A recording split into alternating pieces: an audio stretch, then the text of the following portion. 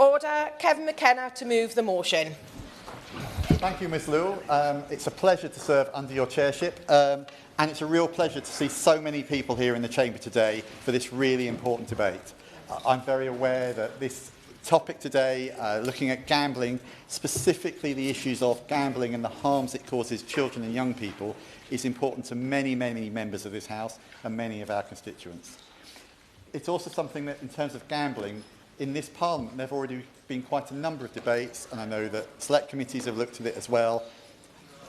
From talking to various people who have been campaigning against the harms that are caused by gambling and talking to members of my own constituency, we feel that there's been a gap in looking at the impacts on children. A lot of attention has been paid to people who are gambling themselves as adults, but there are real impacts on children. But I'd also just like to pay credit to the members that have been taking a really strong stand around gambling. So my honourable friend, the member for Brent East, has been campaigning very hard about the impacts, and the right honourable member for Chingford and Woodford has been working tirelessly over the years for this, because it's a real cross-party concern. So it's really good to see lots of people here. And I also just really want to say thank you to my constituent Leslie, who lost her son to gambling several years ago. She can't be here today because she's having surgery, but she's watching it apparently through one puffy eye. So my heart goes out to Leslie and everyone who's lost loved ones due to gambling. We lose something like 500 people a year in this country directly to gambling. Through suicide, these impacts are massive. It's a health issue. And the thing that I really wanted to explore today in relation to children and young people is how we should look at this as a public health issue and an issue of rising concern because of the changes that are happening to the way that people gamble, and people are gambling with all sorts of new technologies, and the country is Gambling with Lives, who are a charity that's here, that's presenting us, that's been really, really supporting, I know, myself and other constituents, other constituency MPs, and our constituents who've lost people. So a massive thank you to them and their support. And I know we've got Rosie here today, who lost her son a few years ago to gambling as well. I think it's so brave that people are coming in and really standing up for when they've lost people that are dear to them, really standing up and saying, this is something that has to stop, because it is needless. Gambling it's a human activity, it's a normal human activity, but in the same way that a perfectly normal human activities like eating and drinking and, frankly, having sex are things that we look at through a public health lens because there are health consequences, gambling really needs to be treated in the same way. And for children and young people, I think it really helps to look at the two broad ways in which children and young people experience harms. People can experience harms from gambling directly because they're gambling themselves, which is in itself quite shocking, the number of young people who are actually engaged with gambling at a very young age. Something that stood out to me was when I met a young person in his early 20s who's now a real advocate, particularly for the impacts of gambling on communities that face high levels of deprivation and poverty. Started gambling when he was 7, had a serious gambling addiction by the time he was going into secondary school, and it led to massive impacts on his schooling, on his education, on his relationships, and as he was trying to learn to handle his own finances in life. Now, I think we all know you shouldn't be gambling when you're 7, and I think as parliamentarians we all know that the law says you shouldn't be gambling when you're 7, but it's happening. And some of the ways it's happening are because the nature of gambling in our society is changing. The way that people can access gambling is changing. You know, it's not just that people are going to the old turf accountants to bookies on the high street. There are many, many new innovative ways that people are accessing gambling. And while I welcome innovation, I don't welcome innovation where it causes harm. And I do think we need to look as well at how much of this is happening online, on people's phones, and possibly the interactions between gambling and the mechanisms and the psychological mechanisms behind gambling and social media, because they share a lot in common. The way that, I mean, I know that this room is full of politicians. Politicians may well be people that doom scroll occasionally on social media. It's not unheard of. I think lots of people in this room will know the feeling of scrolling through a feed on various social media platforms that I won't mention at this point, and get addicted. That's because various social media platforms have been engineered to hijack our dopamine chemistry in our brain. That is our reward centres. This is the stuff that we evolved that allows us to handle risky situations. And of course, gambling itself is a way of handling risk and turning risk into an activity that's pleasurable or exciting to a lot of people. We need to be able to handle risk, but people have hijacked it in the same way that, frankly, some of the food companies have hijacked, and food production has hijacked our appetites and driven us towards, foods that drive up obesity, in the same way that alcohol companies can drive up our drinking of alcohol. I mean, I drink alcohol, so none of this is a prohibitionist argument. This is all an argument about regulation. So children are doing this, and children are engaged. The second key heading is how children are affected indirectly. So I'm going to come on to those indirect harms first off. The direct harms first off. Because people are using social media, we know that children have smartphones, have access to smartphones, in the same way that the harm is manifesting with adults who are gambling legally, which is that they're able to access gambling 24/7, that people are subjected to advertising for gambling, inducements to gamble all the time in their lives. That's what's happening to our children. So while these adults are in theory targeted at adults, children are experiencing them in the same way that children are experiencing many other things and harms that we don't want them to see online. But these adverts are designed to get into people's heads and get them to get them to engage in gambling, often at quite vulnerable points in the evening.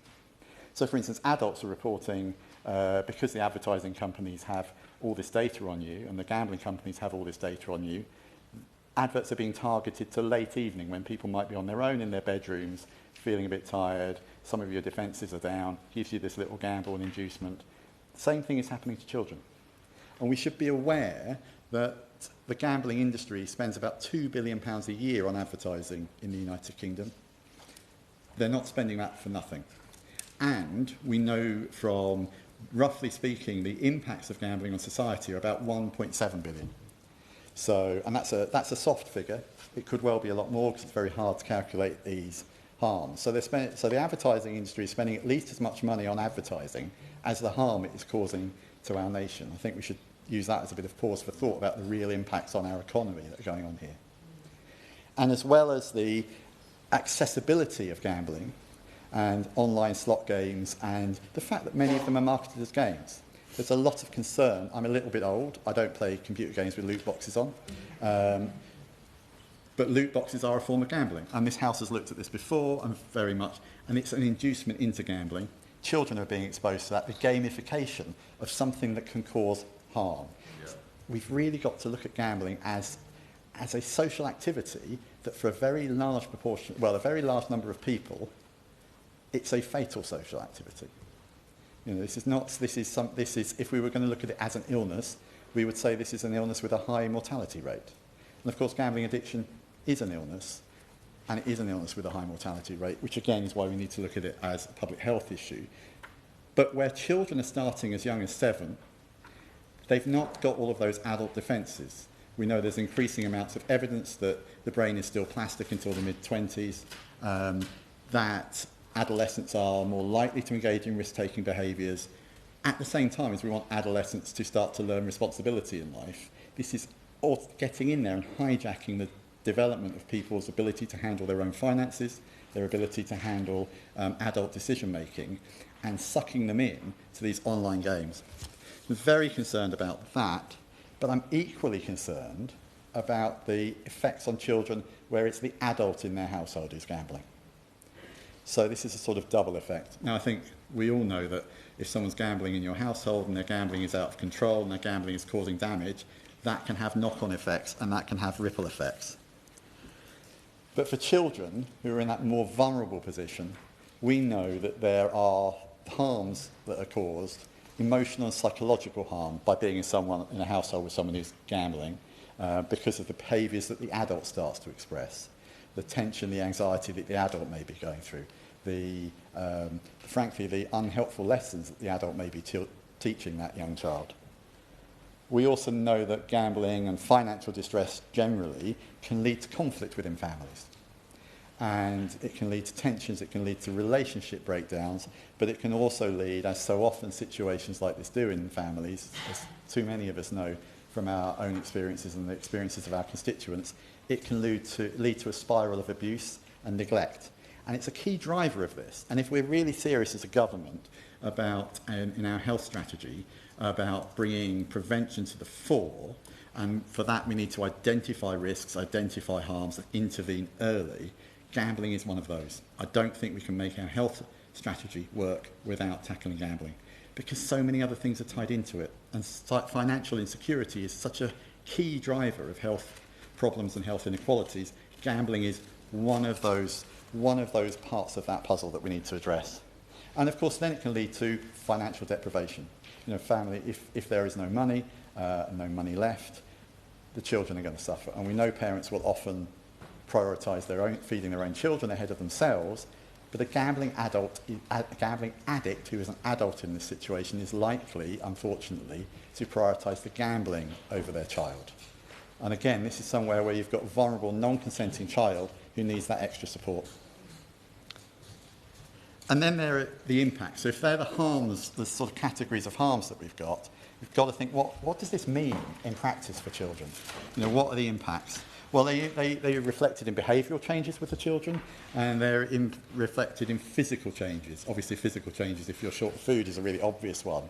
But also just, you know, the physical effects of abuse and neglect on a child, and the behavioural effects. So that then leads on to longer-term impacts over the child's whole life. It can impact on the child's ability to function well at school, so it can impact educational attainment. It can impact their expectations on life, and it can reduce their life chances. And of course, it can also add into a lot of the problems we're facing across the country, where we've got people with multi-generational unemployment in families, not learned the habit of working, children thinking that this may be the way to have a prosperous life in the future. This is a real impact, and it impacts on so many other parts of the government's missions. So if we really want to get people who into work, if we really want to get people into stable employment, and yet this is the environment they're in, it can hamper that. And my question really to the Minister is, so these companies that are playing these games, that are inducing it, that are using the techniques of modern social media and modern online tools to get into people's heads, if it's undermining the government's other missions, how are we going to act on that? That's a really important one. And then, of course, it has these intergenerational effects, because those children may become gamblers, problem gamblers themselves. And in terms of the numbers, you know, we are talking large numbers of people who've got intergenerational effects. We think 190,000 children between the ages of 11 and 17 are affected by problem gambling. So there's 190,000 in the country. And nearly 25% of people who use online slot machines are engaged in problem gambling. And when we add it all up, including people who are at risk, people who are gambling and online, it's about 40% of the total. These are large numbers of people in a growing market and in a rapidly adapting market. So another question I'd like to hear from the Minister is really, how do we as a government move faster? In the same way that we've been seeing challenges in the last few weeks with social media and nudification tools and child abuse images and sexual abuse materials appearing on mainstream social media because of the adaptability of AI tools and their ability to move really fast. And the tech companies, as we want tech companies to do, to innovate quickly and develop things quickly, government needs to change its pace of action as well. I think we're a bit too slow in this. Yes, very happy. Yes, I'm most grateful to him for giving way, and also grateful to him for he's called this debate. Gambling is one of the most pernicious public health issues of our times, as we said in the Health Select Committee, and it has to be seen as a public health issue. And children who are bombarded, children who are bombarded with gambling ads on social media, and who are learning to see betting as a normal environment, are just being exploited by adults. They have undeveloped risk judgment. They have undeveloped impulse control, and we have a generation which is being primed for addiction. So, does my honourable friend agree that the government should do a number of things: ban gambling ads on platforms accessible to minors, prohibit influencer promotions, enforce harsh penalties on violators, mandate addiction warnings, require robust age verification, and fund prevention programmes? In short, that it is time for the government to see this as a public health issue and to get tough with the simply gross adults behind this online exploitation who are damaging our children and their futures. I'm very grateful to my honourable friend. He is very knowledgeable about the subject and he's bang on all of those. It's exactly that. It has to be treated as a public health issue. All of those actions are ones that I'd endorse. I mean, the key one is if we look at regulating alcohol, we look at regulating junk food, if we look at regulating all of these items because we know they cause risk and they cost us all money. You know, if they're increasing demand on the NHS, they're costing us money. Well, who's paying for that? Well, at the moment, it's not the gambling firms. If we're, you know, they're externalising the costs of their business on the rest of us, and they're causing harm in society. I really endorse what my honourable friend has said. We need to treat it as a risk in the same way that we treat smoking, in the same way that we treat air pollution, in the same way that we treat drinking. And we need to manage it, and that needs to be the lens that the government looks through gambling at, particularly when we start to look at it through the lens of children, who, of course, are different participants economically in society. They're in a more vulnerable position, and they are our future. So, no, I entirely endorse that, and actually, because it leads on to the key things. So, at a fundamental level, I know many of my honourable friends want to speak, and I know they have some key points. I just need to reiterate, this is not about banning gambling. This is about managing the harms caused by gambling. You know, I represent a seaside constituency. I've got a dog track. I've got seaside slot arcades. I've got all of these things. These are things we can manage, and they're places you'd always expect to see things like that. However, we know that as things start to move into new areas, that brings in new risks, which is why moving some of those things away from seaside areas where they can be controlled and people are used to regulating them, as I see my honourable friend has taken a place. See my honourable friend's taken her place. That's really important. But I'm not asking you to ban those. I'm asking for us to regulate and treat things as a public health emergency, which is what I believe it's developing because the tech is moving so fast. Yes. John Butler. Thank you, Chair. I think my friend was giving way very quickly. My friend's absolutely right, given an excellent speech. It isn't about banning gambling. It is about safeguarding. And actually, there are companies who are grooming children now to get them addicted to gambling. And that is why we have to tackle gambling harms, not just online, but on our high streets. And that's why my campaign to remove Aim to Permit from the Gambling Act is so important. Will my honourable friend agree with me that this is all very much connected? Yeah. I entirely agree with my honourable friend. This is all very much interconnected, and the use of the terminology she used there about grooming, it's because the psychological behaviours are a form of grooming and manipulation. I also think it helps to start thinking about the effects of secondary gambling on people in the same way that we think about secondary smoking on people. You know, passive smoking became a very big concern. I don't want to call it passive gambling, but it's definitely a secondary effect of gambling. That needs to be taken as seriously as its direct effects.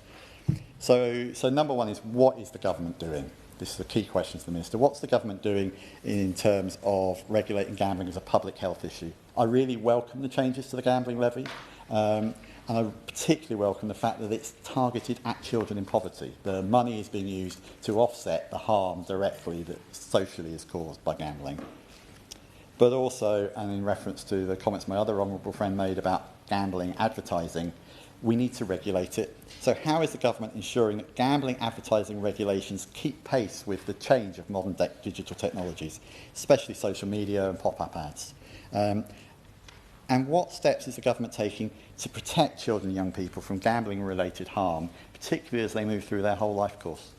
Because while it's grabbing children while they're young, and some of those, the worst outcomes of all are coming, and those children are killing themselves young, it's also affecting them as they move into adulthood and employment. And unfortunately, because once you've got this addiction, it's very hard to move beyond it, even with a lot of intervention. Many of those people are then dying in their adulthood as well. You know, the harm is starting there. So I'd really like to hear from the Minister on that. And thank you very much. The question is that this House has considered the impact of gambling harms in children and young people. Alex Ballinger.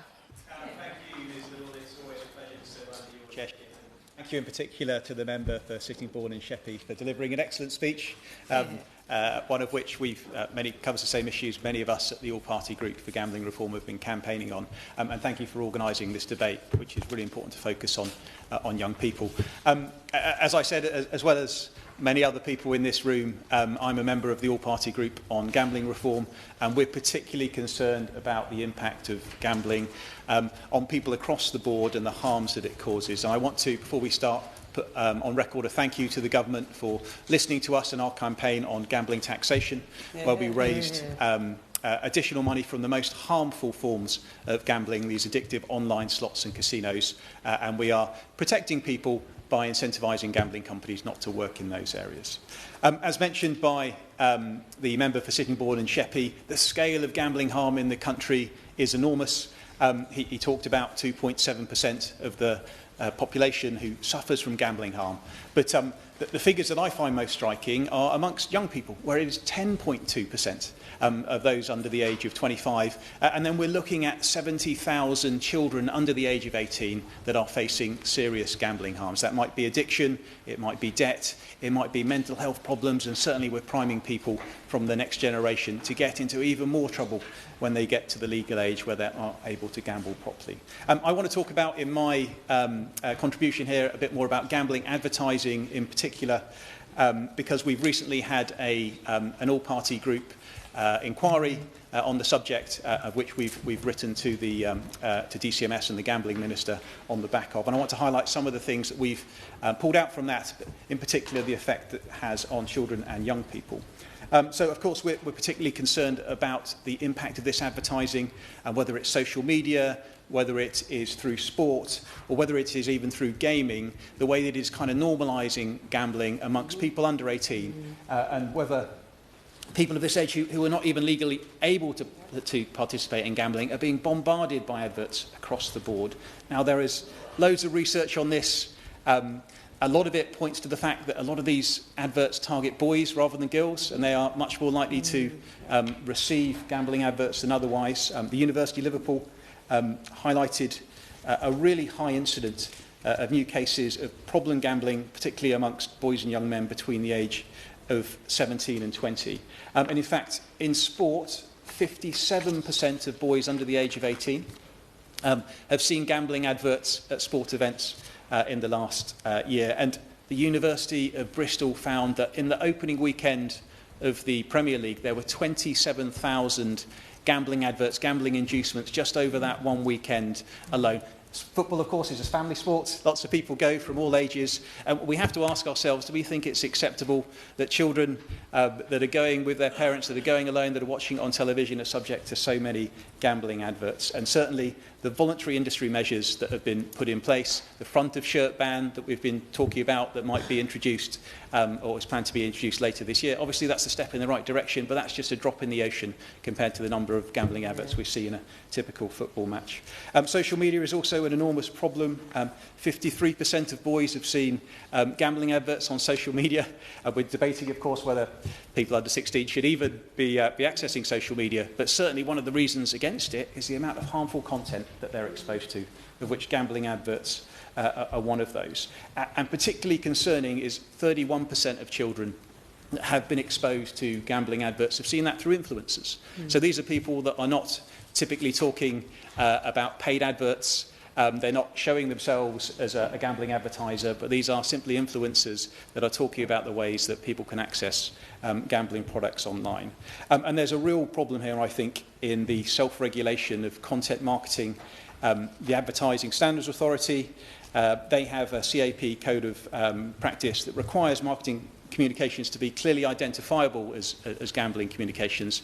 And again and again, we're not seeing that. In fact, 74% of gambling ads on social media were found not to be following this basic rule, which is, of course, seriously concerning.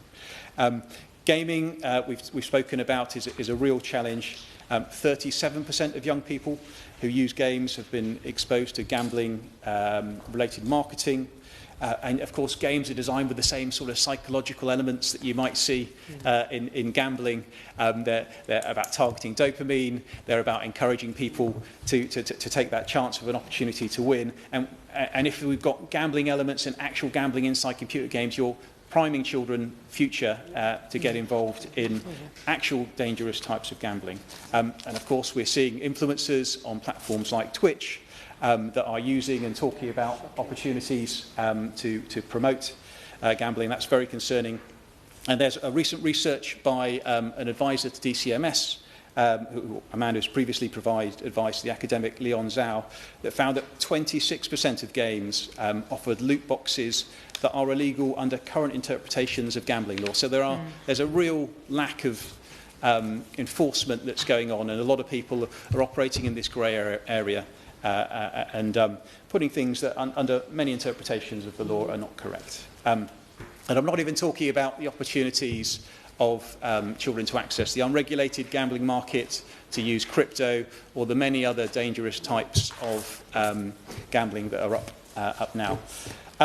We also heard, and you'll hear, of course, I think, by talking to many MPs that talk about this issue, that the public is tired of this. Yeah.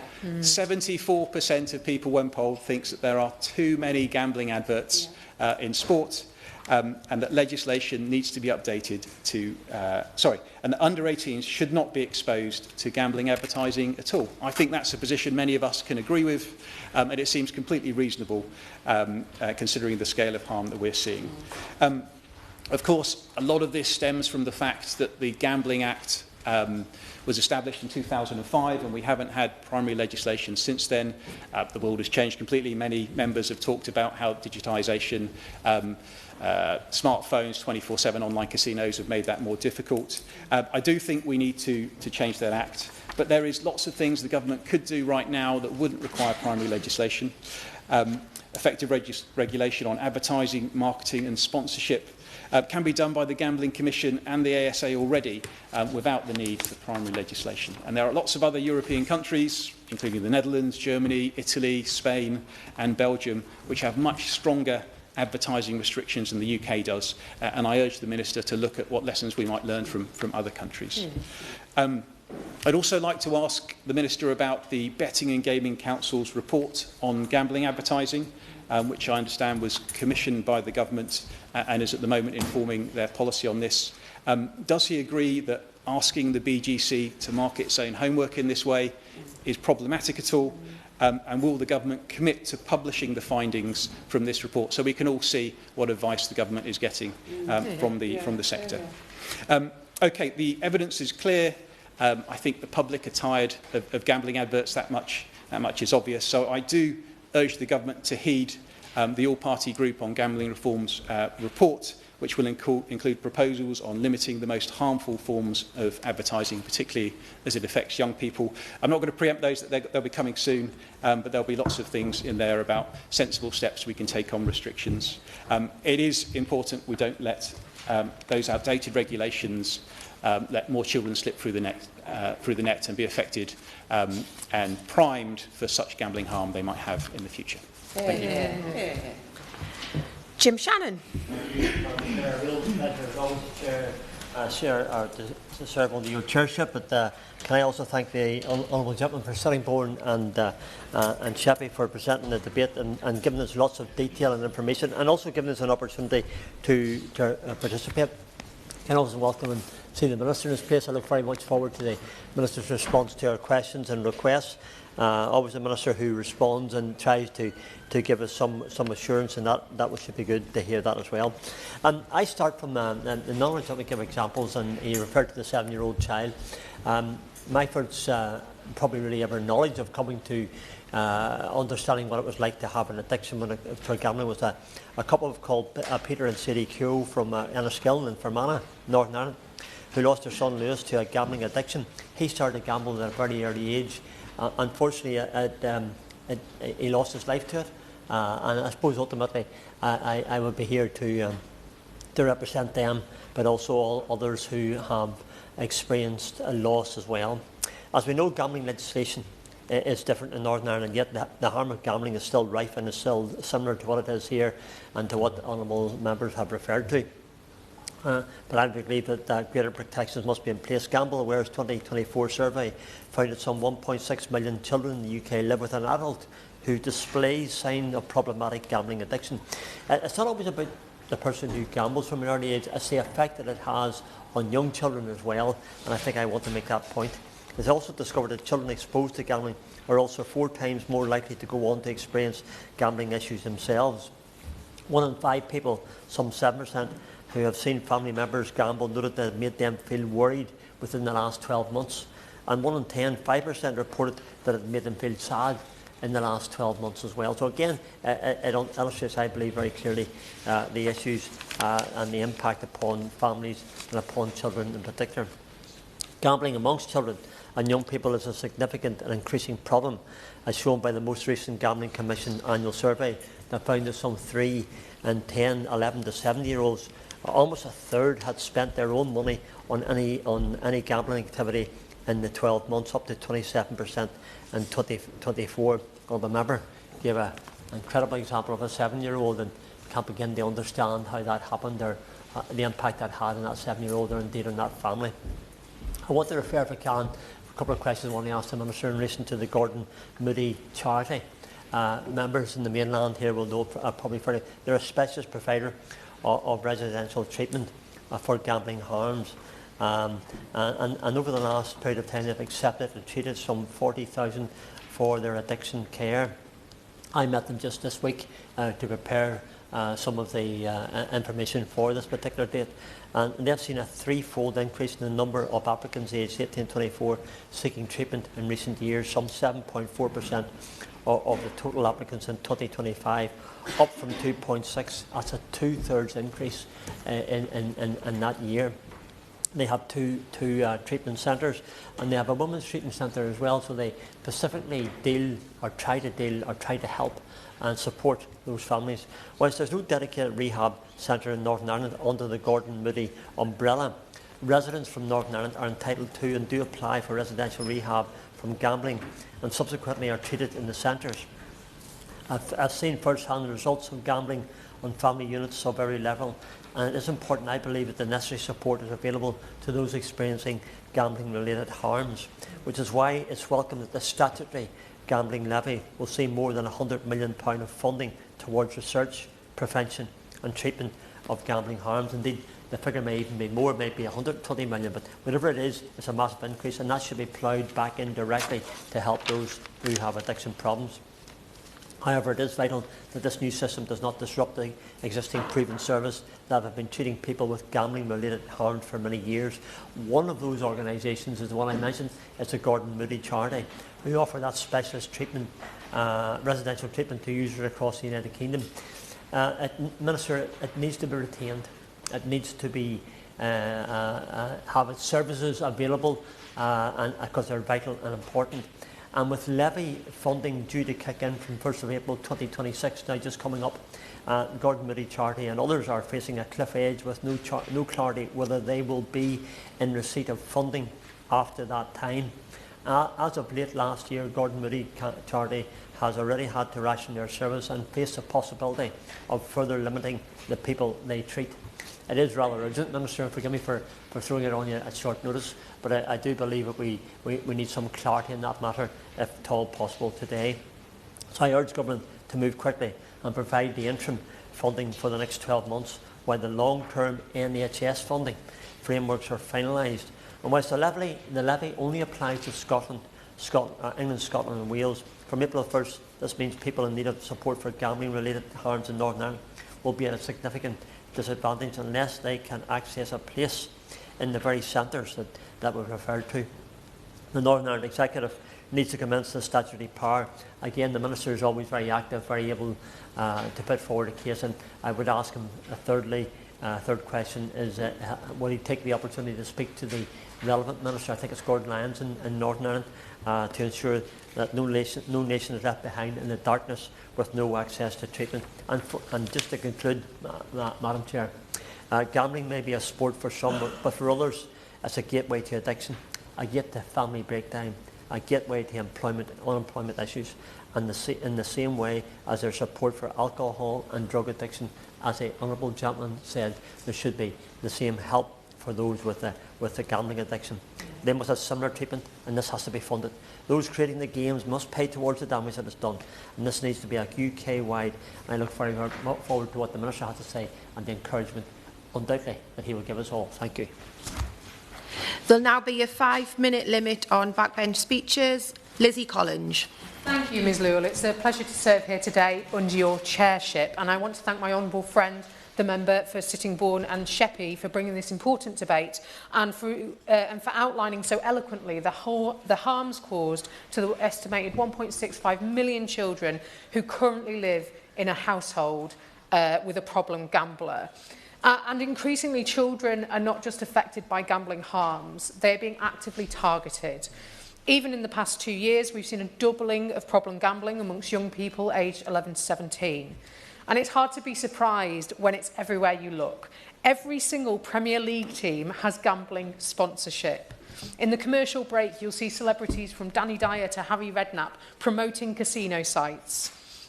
You don't need to know everything about every sport, says one ad. All you need is a feeling and a phone. That message is not subtle, and it's backed by money. The industry spends a whopping £2 billion a year on advertising, and they do that because it works. In a survey from GambleAware, more than 2,000 young people aged 11 to 17, out of 2,000 young people aged 11 to 17, a quarter said that seeing celebrities gamble or promote gambling made them want to try it themselves. Among boys aged 16 and 17, that rose to more than a third. Now, remember that most people, falsely, think themselves immune to advertising or celebrity endorsement. So the real number of young people who are being directly influenced to feel positively towards gambling is likely to be much, much higher. And according to the same survey, nearly 90% of children between 13 and 17 are exposed to gambling content online. Because beyond the billboards and the television ads lies a digital world that is far harder for parents like me to see, and it's far harder to regulate. While some members may not be familiar with platforms like Twitch or Kick, I admit I was not, your children are. I must pay tribute here to my Gen Z staffer, Kat, who educated me, an elderly millennial born in the late 1900s, about these platforms. When I first heard the phrase late 1900s, I had never been proud of a generation in my life. It's a beautiful phrase. But these platforms that young people go onto are flooded with live betting streams. Children watch these in their bedrooms with parents completely unaware of what they are seeing. 1 in 3 children follow gambling-related creators. And many of these streamers are in paid contracts with big crypto casino brands.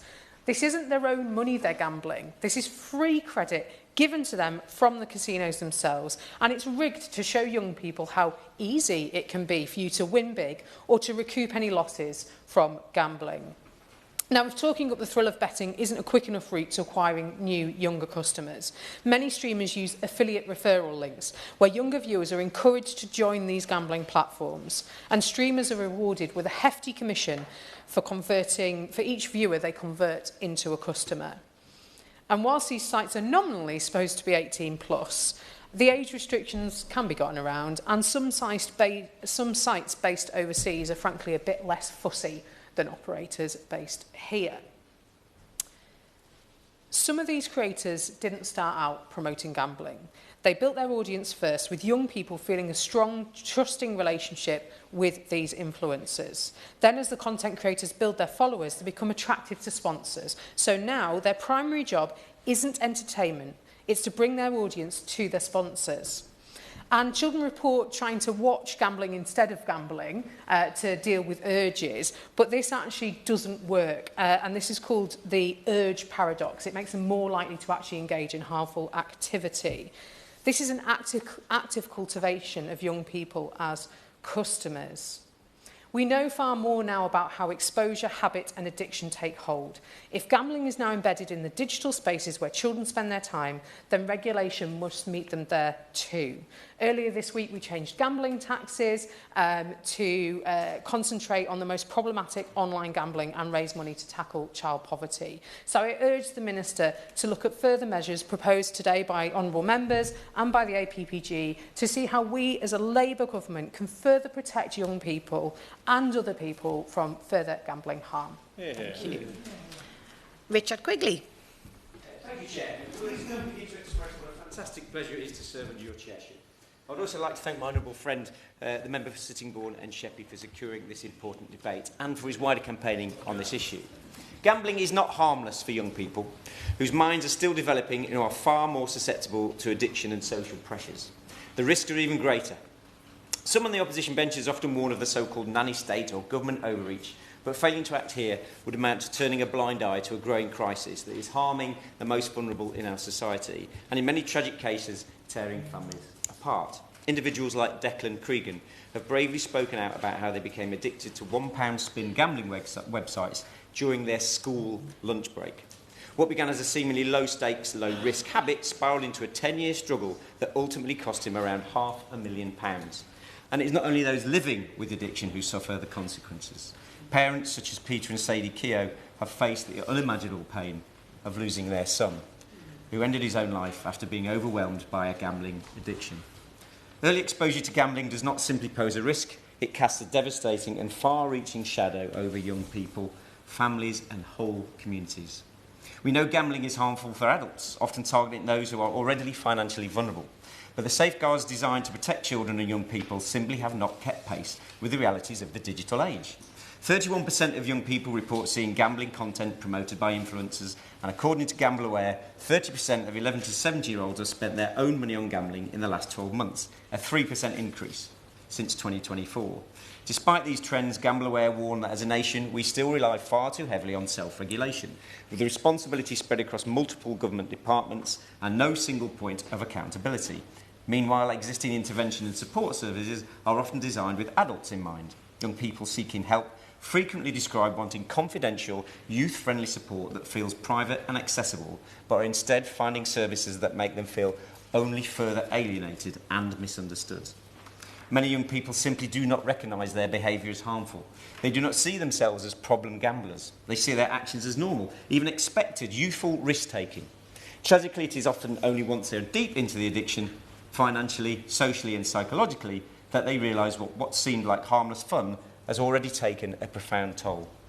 Gambling companies, whether online or on the high street, have repeatedly shown their unwillingness to take genuine responsibility for the safeguarding their customers. Only last week, in response to a signature on a joint letter led by my honourable friend for Brent East on the harms of gambling, I received a reply that effectively told me how wrong I was, instead informing me of the virtues of gambling for our high streets and our local economies.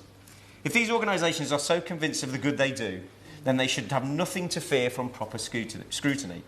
But we know that they are all too happy with the status quo, and we should continue to mark their own homework. And turning to the issue of youth gambling, specifically, if we are to confront this escalating crisis meaningfully, the government must have beyond incremental tweaks and adopt a proactive, uncompromising approach to addressing the well-evidenced harms associated with youth gambling. We need swift, decisive action to modernise protections so they reflect the realities of a digital world, one in which young people are routinely targeted and relentlessly exposed to risk. The support we offer must be designed in ways that genuinely resonate with children and teenagers, meeting them where they are, speaking in language they trust, and providing services they will actually use. Only then can we stem the rising tide of harm and safeguard the well-being of the next generation. Thank you, Chair. Chris Osborne. Thank you very much, and it's a pleasure to serve under your chairmanship, Ms Law. And can I also thank other members, including the member for Sittingbourne and Sheppey, for leading on this debate in our communities, including that from Brent East, who was in the chamber earlier, and also Chingford and Woodford as well, amongst many here who've got a passion for this, including all-party parliamentary groups who are leading some outstanding work on behalf of cross-party parliamentarians that have realised the scale and scope of this issue. And in addition to that, I want to pay tribute to all of those residents who've communicated to me and constituents that have raised this in both campaign organisations and groups. I have a personal testimony here that one of my family members passed away early because of a gambling addiction, a secret addiction which we became unaware of until he passed away and his gambling debts were fully transparent. And there are many families across this country that have been touched with similar stories with family members, friends and neighbours. And directly linked, it does go back to how companies interact with people, and in particular, the way that modern communications technologies are impacting young people. And as colleagues have correctly enunciated today, 30% of young people have seen gambling-related content online.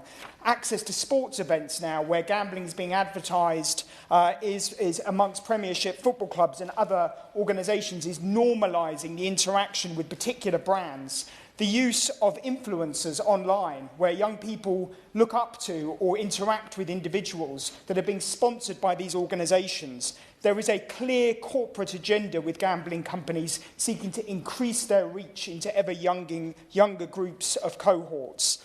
And we know that this is a growing problem. In 2023, 0.7% of young people aged between 11 and 17 experienced a gambling addiction, increasing to 1.5% today.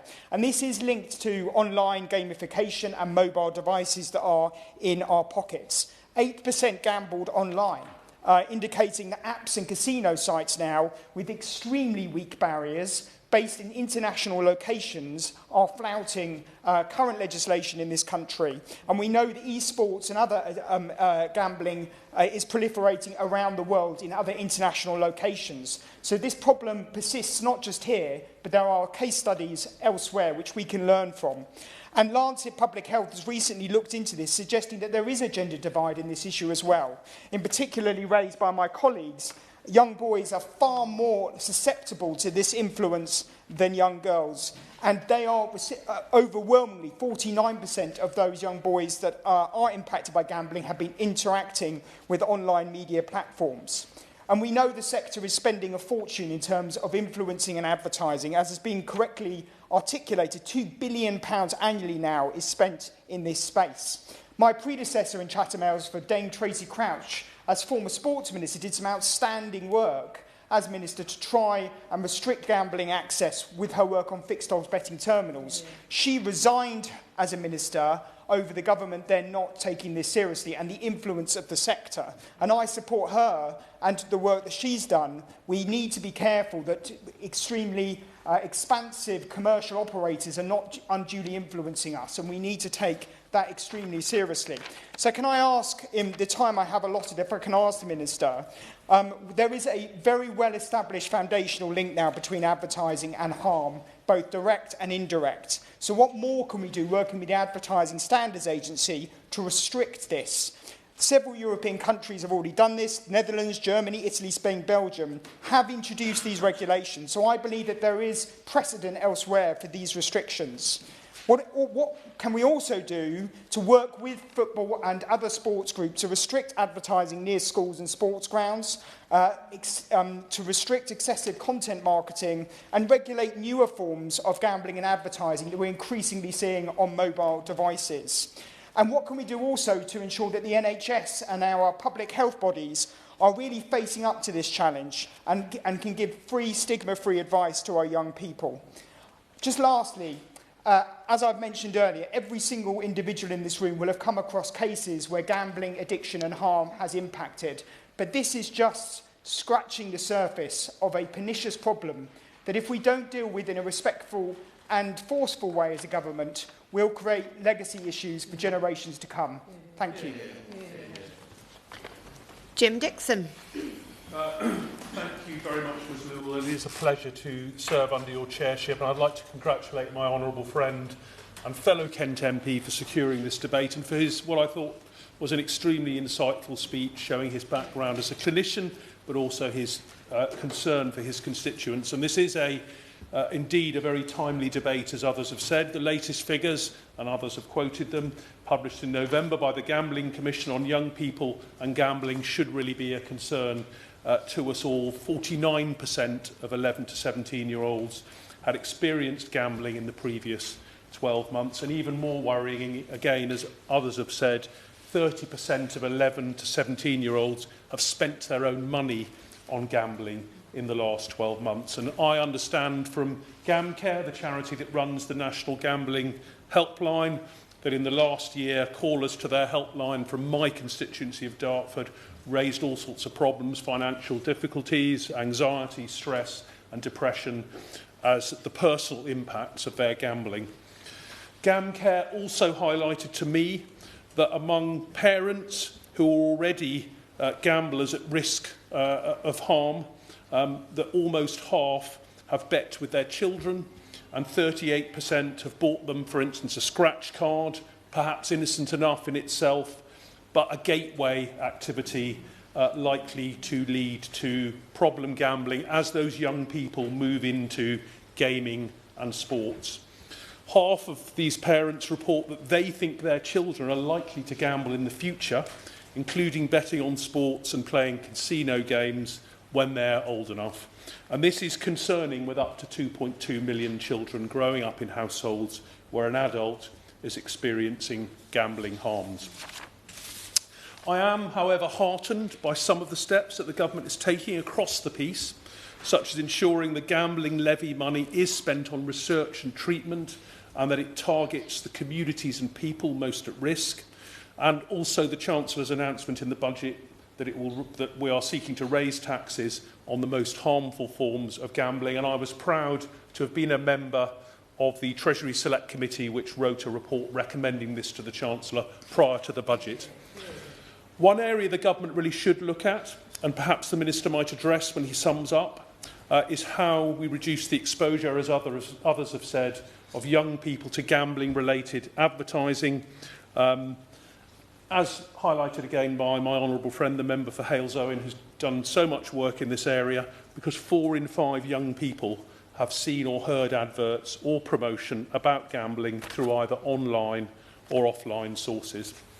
And as a football fan myself, I see all the time the level of gambling marketing in sport, and I welcome the voluntary front-of-shirt ban the Premier League is bringing in from the start of next season, with my club, Crystal Palace, in need of a new sponsor, and not just because of the disaster of last Saturday, but because their current sponsor is a gambling company. But that I will happily give. Kirk-Smith. For giving way. He's making an excellent speech. And on this point about the gambling companies coming off the football shirts, I think that is vital. I'm so pleased that that's happening. I have a constituent, Chloe Long, who really tragically lost her brother, Ollie Long, to gambling-related suicide. He was a big football fan, and she's spoken so powerfully about the just how ubiquitous it is, as my honourable friend also says, and she worries about the young people growing up being exposed to so much gambling advertising through watching sport. My concern is that purely asking clubs to look at this on a voluntary basis won't be enough. Does my honourable friend agree that we may need to look at tougher action and really clamp down on this link between gambling companies and sport on more than just a voluntary basis? Jim Dixon. Can I thank my honourable friend for her intervention? She raises an extremely tragic case, which is one I am actually going to deal with a little bit later in my speech, but she also makes that link between sport, gambling and addiction, which is so pernicious and which we do need to see action on in order to ensure that we create an environment in which people are prevented from becoming addicted rather than encouraged to become addicted. And as she rightly says, the front of shirt ban is not going to be nearly enough on its own. It's far from the end of the story. Gambling advertising, including perimeter TV and social media, continues to proliferate in sport, and as well as the other parts of the shirt. It's a front of shirt ban on advertising. Stand by for lots more adverts from gambling companies on sleeves and other parts of the shirt from next season onwards. I've spoken before about my concerns about how the coroner service responds to gambling-related suicides. I remain of the view that the government should ensure that the causes of preventable deaths, including ones related to gambling, are properly examined and addressed to prevent future deaths, with the evidence submitted by families properly considered. And as my honourable friend mentioned, only this week the inquest concluded into the death of Ollie Long, a football fan, who took his own life after struggling with addiction for, I understand, 8 years, starting as a young person in his 20s. In his tragic case, there was a particular concern that despite being registered with GamStop, which locked him out of the mainstream gambling industry, he likely through online advertising was able to place bets via online casinos based abroad. I understand that although the coroner would not, as the family wished, include gambling as a cause of death, she has written to the government to raise her concerns about the risks posed by illegal gambling sites, an issue I know that ministers are familiar with. So, Ms Lewell, we have an opportunity to ensure that as we support and treat adults who are suffering from gambling harms, and we try to reduce the incentives to gamble in our wider environment, that we don't allow this generation of young people to turn into the next generation of gambling addicts with disastrous consequences for their life chances. Let's take that opportunity. Paulette Hamilton. Thank you, Chair, and it's a pleasure to serve under your chairmanship. And I'd also like to thank the member for Sittingbourne and Shipley for securing this really important debate.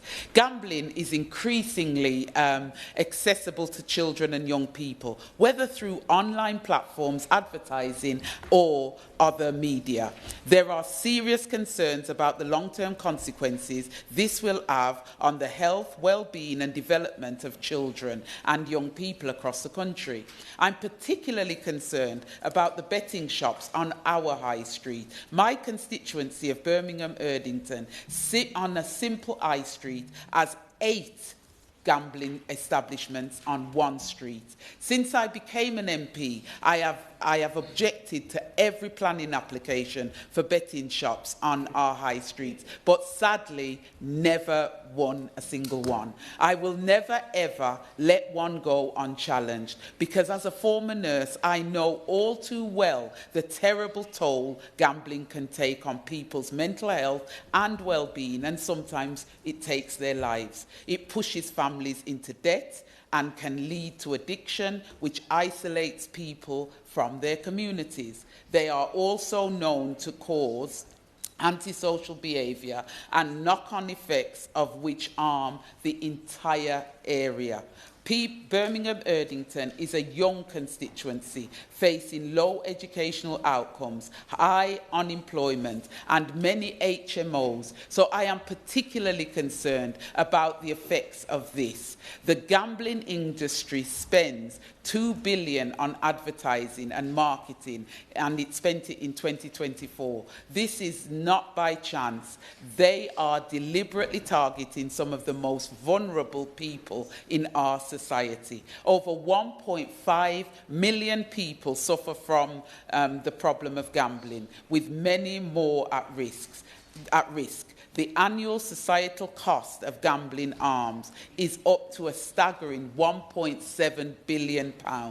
We know that young people are more vulnerable to being harmed by gambling. This is due both to natural brain development and through unmediated exposure to gambling at an earlier age. Through advertising, marketing and the presence of gambling-like elements in places parents might not expect, such as loot box, which I knew nothing about, mechanics in video games aimed at children. 69% of 11 to 17-year-olds recall seeing gambling advertising, which acts as a gateway into more serious gambling as they get older. The results are stark. The annual student gambling survey found that 49% of students gamble, with 4 in 10 reporting that gambling has affected their university experience. The effects are inescapable. There are hundreds of gambling-related suicides annually in Britain. This is between 2 and 9% of all suicides. This cannot continue. Today, I'm calling on the government and regulators to come together and ensure that young people are protected and that our high streets do not continue to be wrecked by out-of-control gambling betting shops. The challenge is not insurmountable. Support is available. Stigma can be challenged and change is possible. Gambling must be seen as a public health issue, and children need to be educated at an early age through the public health lens in schools, and also education needs to be given to families and parents. I will continue fighting for our young people and for the safe, vibrant high streets that our community so truly deserves. Thank you, Chair. Ira Wilson.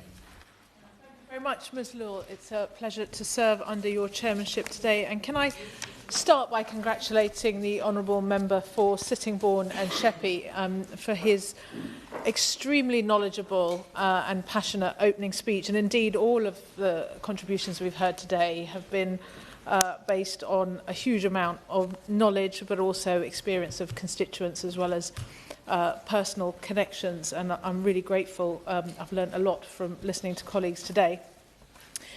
Clearly, gambling poses a serious threat, as we've heard, to the well-being of our children and young people across the country. And I agree with the Honourable Member who opened this debate that it is indeed a very, very serious public health issue that needs tackling. And as we've heard from him, some of that is indirect harm, where adults in a family may be involved in problem gambling. And with 2/3 of people who gamble being in some degree of debt and 400 gambling-related suicides per year, we know that gambling has devastating consequences for families and all of the knock-on mental, physical health impacts, education impacts, employment, crime-related impacts that has.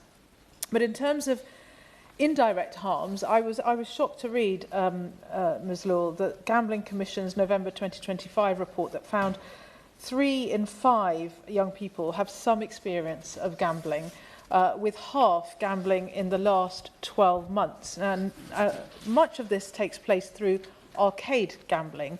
But, as we've heard today, online gambling is a growing problem, both traditional gambling sites, but also games with loot boxes, encouraging gambling-type behaviour, which sometimes puts our children on a trajectory that leads to full-blown gambling in later life.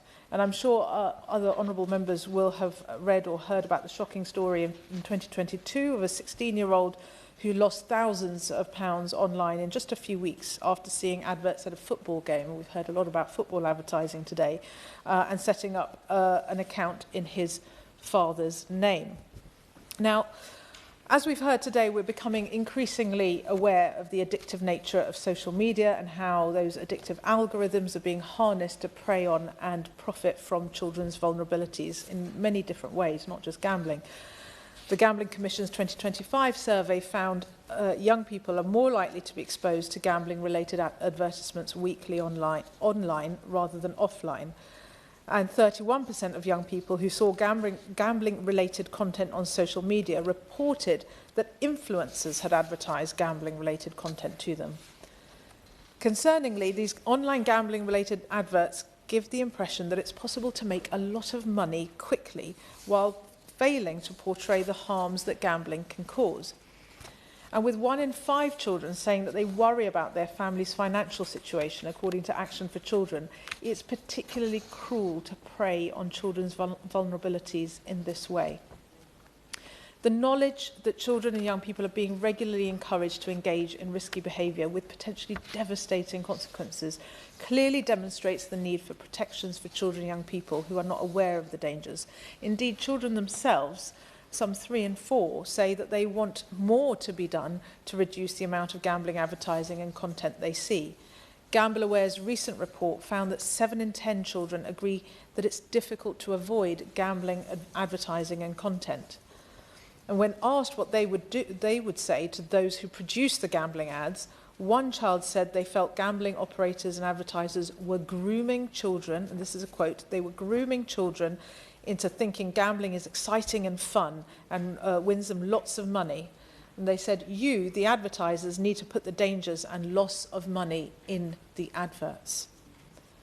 Now, from causing psychological distress, financial and social difficulties, and even addiction, it's clear we need to reform the system to protect our young people.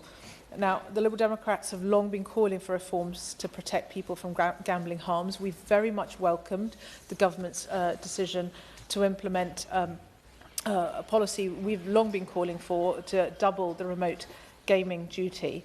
However, we believe that further decisive action is needed to combat the harms caused by problem gambling. So we're calling on the government to curb the impact of gambling advertising, marketing and sponsorship, including by ending inducements, direct marketing and gambling marketing and sponsorship at sports events, and by ending pre-watershed gambling advertising. They should also introduce clear and enforceable restrictions on content marketing, particularly on social media, create a statutory independent gambling ombudsman with real power to protect consumers and resolve complaints, and replace the current self-regulation of gambling advertising with independent and enforceable regulation. Ms Law, given the role of social media in this particular scourge, and its harmful content and addictive algorithms, as well as harmful gaming, there is growing cross-party consensus now that government needs to take decisive action much more broadly to protect our children from online harms, of which gambling is only one. So I hope not just the Minister today, but ministers across departments will listen to representations and proposals from all sides of the House to ensure that we protect our children and young people from addiction, because we need to do that if we are serious about giving them every opportunity to thrive and fulfil their full potential. Thank you. Opposition spokesperson Louis French. Thank you, Ms Law. As always, it's a pleasure to serve under your chairmanship today, and I refer members to my register of interest for full transparency. I am grateful to the Honourable Member for Sittingbourne Sheppey for securing this important debate. The protection of children and young people is something that should unite every member of this House. We all recognise that under 18 should not be gambling, and it is right that the law is strict on that point. Young people are still developing, as others have argued already, and they are more exposed to online influence and less equipped to assess long-term risks and consequences. That is why it is somewhat difficult to square claims that even limited exposure to gambling advertising is intolerable, while some on the opposition benches also argue for 16-year-olds to have the vote. But that, moving on, because that is not the purpose of today's debate. If we are to make real progress in protecting children, we must be clear about where harm and exposure actually arise, particularly in an online world, as we've heard already today, and ensuring that our response is based on the best possible evidence. Crucially, as we've heard already, harm to children does not only come from direct participation. Many children experience gambling harm indirectly from parents or loved ones who themselves struggle with addiction. That can mean financial instability, stress at home, relationships breakdowns, wider impacts on a child's well-being, education and mental health. Those knock-on effects are real and they deserve serious attention from government. That is why prevention, early intervention and family support matter so much. To that end, I would appreciate the Minister telling me, or trying to work out, why I've yet to receive a response from the letter that myself and the Right Honourable Member for Daventry and the Member for Droitwich and Evesham sent to the Secretary of State on the 6th of November regarding the impending funding cliff edge. Fantastic charities like Gordon Moody, Bet No More, Deal Me Out, YGAM and GamCare are all facing. It's a point that the Member for Strangford has already raised, and it's something that the Minister will be aware I raised with him before Christmas personally as well. Because we do need to make sure the government understand the unnecessary worry that has been caused to these charities that do have real expertise in this space. Now, I understand that while there may be interim grants to cover the next financial year, that information is only just starting to come to light. I would ask the Minister to tell us why the government has left these essential services in the dark over the future of these services they provide, and if the government will finally, hopefully, get its acts together and engage with the sector so that that real working solution can be put in place for the long term, and we don't have this ongoing situation where gambling harm seems to fall between DCMS and the Department for Health, because that's a real issue. And it's a real concern, and it's something that, as a Shadow Minister, I've gone to visit a number of these charities to see the work that's happening on the ground, and they do incredible work, and they have incredible expertise helping people across the country. So we must ensure that, like I said, it doesn't fall between the cracks anymore. Madam Chairman, moving on, much of the debate on gambling harms has focused so far on advertising. There is no question that children should not be targeted, and they are not permitted to be within the regulated sector. But at the same time, as we've heard, we cannot ignore the wider online environment which children now live. Evidence shows that when young people do encounter gambling-related content, it is most often through social media, streaming platforms and online influencers, where enforcement is hardest and protections are their weakest. This is an area that I have most concern over as a Shadow Minister. It's something that I've spoken about before, particularly around some of the crypto scams that we see online. It's something that someone said it's doom scrolling. I sometimes come across this content when you're doom scrolling, and it's normally, it's illegal, it's unlicensed operators that are exploiting this space and they're exploiting young people. They use influencers and celebrities in ways that licence operators are explicitly banned from doing so. And they operate in these overseas jurisdictions which bypass age checks entirely.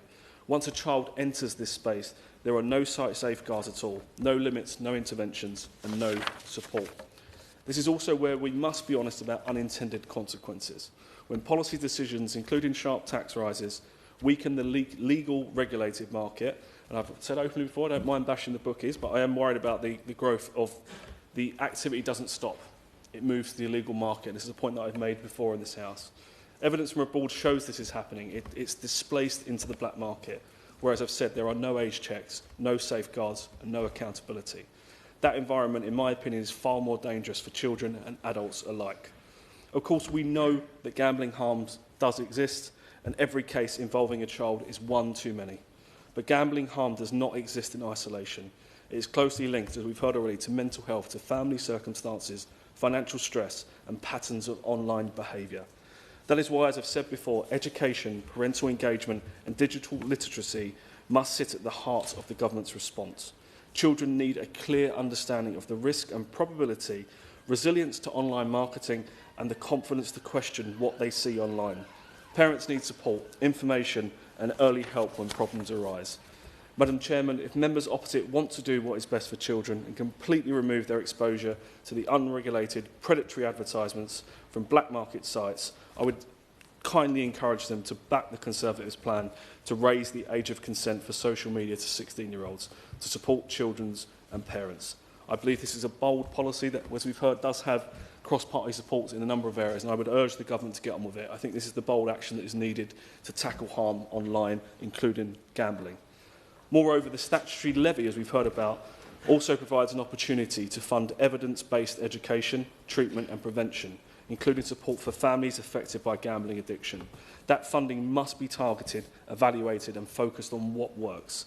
I would therefore appreciate the Minister, following on the charity issues that I've raised already with him again today, to outline what he's doing to step up this work, to make sure the charities do have the funding certainty they require to continue their operations across the country, and what also the government are doing to ensure the Gambling Commission has the resources and the right approach to target the illegal black market and some of these issues that we are seeing on social media, particularly around crypto and the targeting of young people. Thank you, Madam Chair. Minister. Thank you very much, Ms Wool. It's a great pleasure to serve under your chairship, and we've had some very colourful descriptions of you sitting in that chair, but it is a great pleasure, as a good friend you are to us all. And I congratulate my honourable friend, the member for Sittingbourne and Sheppey, on securing this important debate. And can I just start with his speech, which I thought was a great speech in terms of covering all the bases and where we are in terms of gambling harms. He is absolutely right to point out that there's lots of attention about gambling harms, but little attention on the effect that has on children and young people in particular. And I'm glad we've sort of sorted some of that today. And my heart goes out to Leslie. I hope she has been watching this, albeit through one eye. And we all wish her a speedy recovery. And also paying tribute to Rosie, who's in the gallery. I mean, losing a child as a father to two children is heartbreaking, but losing a child, but losing that as a catalyst for campaigning on this issue is completely heroic and something that is much beyond the strength of all of us to be able to do. So thank her for that. This is an invisible addiction, of course, gambling. It's not like alcohol or other addictions that you would see, and many of that is hidden from family members, from friends, and we've heard that from honourable members. But we do have to make sure that there are safeguards in here for children in particular and young people. Otherwise, we risk, as many have said, a generational slip into gambling harms. There has been massive innovation in the gambling sector, and that is why it's brought this much more to the fore. And that risks and those exposures have certainly been much more prevalent with young people than anywhere else. And I did appreciate the honourable gentleman's direct and indirect harms issue that he brought up, and I think we have to deal with that. So let me canter through some of the issues that he raised in particular before dealing with some of the issues from other honourable members. He talked about loot boxes, and that's been mentioned by a number of members in the chamber already. We have commissioned independent academic research to assess the effectiveness of the new industry-led measures to improve player protections with regards to loot boxes and video games. We have engaged with the relevant government departments and regulators to consider the next steps to be published alongside the academic research in due course later this year. And one of the things from the gambling levy is that 20% that is going into research, and I think we need a lot more research into these areas to make sure that any regulations and any other guardrails that we bring forward are fit for purpose in those particular areas that are moving so quickly all the time. He mentioned the impact of parental gambling on children and households, and this is a key focus for the impact that parents gambling will have on children and young people. Statistics from the Gambling Commission's Young People Gambling Survey that many people have referred to show that nearly 30% of young people have seen a family member they live with gamble. We also note the findings that young people who consider themselves to be risk takers were also more likely to have seen a family member gamble. The National Gambling Clinic offers support for people aged 13 to 18 years old in England who experience harm from gambling, and offers family and friends service alongside that, which provides support to those impacted by someone else's difficulty with gambling.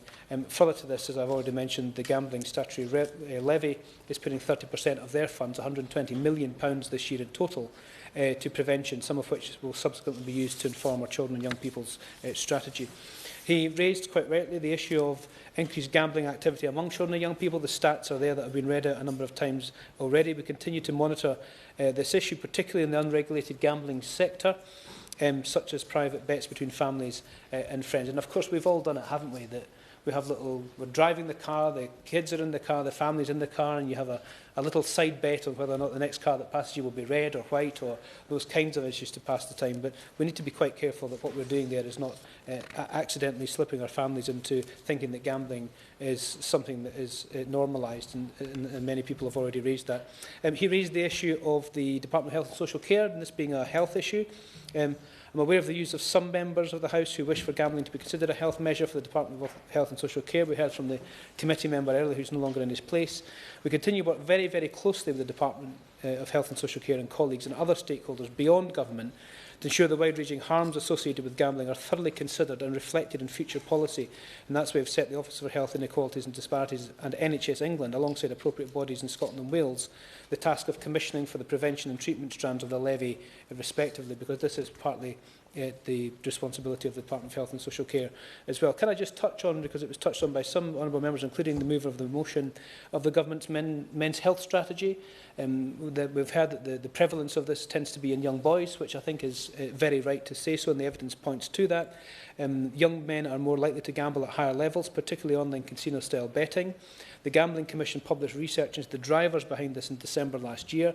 The one thing that is clear is the need for further gambling education. We are committed to working with the relevant stakeholders as the Prevention Commissioner to explore the role of education in protecting children and young people from gambling-related harms. Can I talk a little bit about the assessment of voluntary advertising measures? All licensed gaming operators in the UK must adhere to the Gambling Commission's licensing conditions and codes of practice, which require compliance with robust advertising codes enforced by the Advertising Standards Authority. The codes are regularly reviewed and updated and include a wide range of provisions designed to protect children and young people from harm. These rules are further supplemented by a number of voluntary industry measures, such as the Industry Code for Socially Responsible Advertising, and we continue to monitor the evidence base and work with a number of stakeholders when considering the effectiveness of current regulations and gambling advertising. I'm sure the Gambling Commission itself has heard these debates that we've had this week, and indeed the debate last week and from the Backbench Business Committee. Can I welcome the comments from my honourable friend from Hales Owen? The first time I've heard him speak, and I've heard him speak many times over the last couple of weeks, and he's not mentioned Hales Owen as the town of culture this year. He's missed another lobbying opportunity, but I will put that on the record on his behalf. Can I thank him for welcoming the tax changes, which of course includes £26 million from those tax changes straight into looking at that illegal market and trying to be more robust with it. Thank you for all he does on the APBG for gambling, and he welcomed the front of shirt ban, acknowledging I think the front of shirt ban from the Premier League has acknowledged the scale of the exposure problem, and I think that's something that we all honourable members have mentioned that want to be able to reflect on. He raised the Betting and Gaming Council's report, not to avoid the question, but it is for them to decide whether or not they want to publish their report. And I'm sure they will have heard both my remarks and his in terms of whether or not they decide to do that. The member for Strangford, I'm surprised he spoke in the debate. He's normally such a shy and retiring member.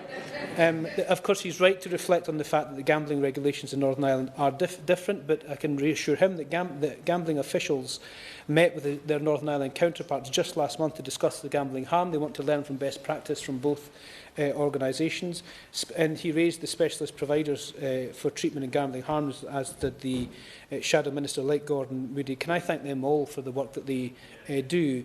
The gambling levy of £120 million will help. The applications for that opened yesterday, and I would encourage all honourable members who have any contacts with those bodies to make sure that they are applying for those particular contracts in that particular area. The member from Morecambe and Lunsdon highlighted again, as many honourable members did, that the industry spends £2 billion a year in advertising. Why? Because it works. Nobody spends money on advertising if it doesn't work. And I did enjoy her saying that we're all from the late 1900s. I hadn't really considered that before. I certainly feel like that today. And pushed us on what further measures we can take. The honourable friend, the member for Isle of Wight West, sees that young people have seen this as being normalised. That is indeed something that we're all having to try and deal with. And he mentioned the letter that was sent to the gambling industry last week and the response that he got. Highlighting how wrong he was, can I gently suggest to the industry that that's not really the way to respond, but to engage with the issues? And if there's an argument to be made, let's have that debate and that argument, rather than telling honourable members that they're indeed wrong when they're raising significant issues on behalf of their constituents. Can I pay tribute to Peter and Sadie Keogh for the tragedy that they had in terms of their family. The member for Chatham Aylesbury, can I thank him for telling that own personal story of his family? And he asked about youth-specific gambling support. The National Gambling Clinic is an NHS service that provides free support in a confidential way for those experiencing gambling-related harm for those aged between 13 and 18. I would encourage any family member or anybody of that age to please get in touch and engage with that service as well. Can I also just mention the gambling-related suicide? We all read the BBC story this week that's been referenced by many for all along. The government recognises the link between gambling and suicide is a very sensitive area. It's also a very difficult area to research because of the linkages and is very complex, and I hope that the 20% dedicated from the levy will help us with that research to build a much better picture of the harms and the direct associated areas. And there is the Department of Health, Social Care on its suicide prevention strategy. So that is the health part of this, which I think is really important as well for us to be able to see that. So, Ms Lewis, I hope I've covered off most of the issues that have been raised by honourable members in the House. Can I just deal with the issues raised by the Shadow Minister in particular? Apologies for the letter from the Secretary of State from the 6th of November. We'll have that chased up and sent back to him. But let me just highlight again the £120 million that's been raised by the levy this year, the 30% that goes into prevention, the 30% that goes into treatment, the 20% that's going into research. Please do engage with those particular distribution bodies, and the £26 million extra for the illegal market. We all know the illegal market is a problem, and I hope that that goes some way to making sure that we can try and deal with some of those big issues. Can I just finish off with the member for Birmingham Erdington raised the proliferation of the high street. Now, we know that's a problem. We had a debate on that, a backbench business debate on that last week, where we raised the issues in terms of those particular harms. Can I just, in the interest of time, refer her to the debate last week, so you can see the result. But the Prime Minister did answer a Prime Minister's question from the member from Brent East, who's been leading the charge on this, who's fully committed to making sure those cumulative impact assessments are part of the planning and licensing process, and I hope that will help in some way towards her constituencies. I hope I've answered, Ms Lowe, all of the issues that were raised in the debate. We'll continue to obviously have these debates as the months and years roll by. The Minister for Gambling, the Baroness Twycross from Another Place, who takes forward on this, will have heard the debate. We'll have regular meetings in terms of the issues that have come out of it, and I hope that honourable members continue to interact with this debate and do the work, the sterling work that they've already been doing as part of the debate. Thank you very much indeed. Kevin McKenna to wind up. Thank you, Ms Lewis, and thank every member that's contributed to this debate. It's been very powerful. I've really valued all of the detail that people have added.